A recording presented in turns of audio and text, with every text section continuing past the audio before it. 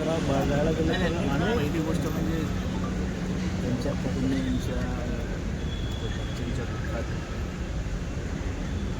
सगळं सांगलं कोणी ठाणेकर चांगली माहितीसाठी सांगतो की अक्षय तृतीयेलाच त्याला मुलगी झाली असा प्रसंग कुठल्याही वेळी होता. मी या सागरला खूप चांगलं होतं. कामाच्या बाबतीत कधी नाही तर सागरने कधीच दिलं. माझा सवाल फक्त ठाणे महानगरपालिकेने 300 जागा खाली आहेत आणि गेले अनेक वर्ष खाली आहेत. त्यांना फायर ब्रिगेड पण द्या कॉन्ट्रॅक्टवर चालवायला. आपल्याकडे काय राहिलं आहे ठाणे महानगरपालिकेत? सगळे कॉन्ट्रॅक्टरच देते. पैसे खाण्याच्याच लाईनी आहेत आपल्याकडे. या ह्याच्यात पण पैसे घाण्याची सोय करून ठेवा. 300 माणसं बरा, मग अशीच माणसं जातील तुमची. एका माणसाने धावायचं कुठपर्यंत धावायचं? अतिशय वाईट अवस्था आहे ठाणे महानगरपालिकेची. आर्थिकदृष्ट्या वाईट अवस्था आहे. आपलं जेवढं मनुष्यबळ आहे त्याच्यात आपली वाईट अवस्था आहे. सगळं कॉन्ट्रॅक्टवर देण्यासाठी म्हणून आपण जागा लपवून ठेवतो. 300 जागा खाली आहेत. आपले कित्येक फायर ब्रिगेड स्टेशन्स अजून बनायचे राहिलेले आहेत.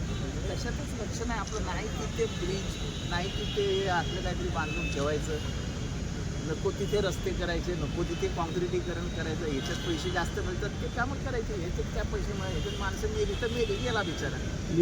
निवडणुकीमुळे कुठे भरती प्रक्रिया लांबली गेली. निवडणूक माणसं मारली जात आहेत. उद्या आग लागली कुठे मोठी, तुमच्याकडे यंत्रणा पण नाही ती बुजवण्यासाठी.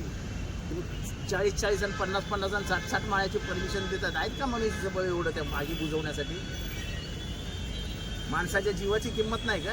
अरे खड्ड्यात घाला निवडणूक तुमची. कळव्यामध्ये देखील भरती प्रक्रिया रखडलेली आहे. अख्ख्या ठाणे महानगरपालिकेची भरती प्रक्रिया रखडली आहे. कळवा, मुंब्रा, दिवा, डोंबिवली असं नाही होत. ठाणे महानगरपालिकेच्या क्षेत्रामध्ये भरती प्रक्रिया रखडलेली आहे. आणि माझा यांची स्टाईल माहिती आहे. हे कालांतराने फायर ब्रिगेड सुद्धा कॉन्ट्रॅक्टवर द्यायला कमी करणार नाही. जव्हार बागचं जे फायर स्टेशन होतं ते हलवण्यात आलेलं आहे. कुठं तहसीलदारचं कार्यालयाचं काम चालू आहे. त्यामुळे वाटेल ते करू शकता तू. कचऱ्यात ज्यांना पैसे खायची सवय लागली त्यांना मनुष्याच्या जीवाची काय पर्वा आहे? 10 लाख मंजूर केलेले आहेत का? वाटतं योग्य आहे का?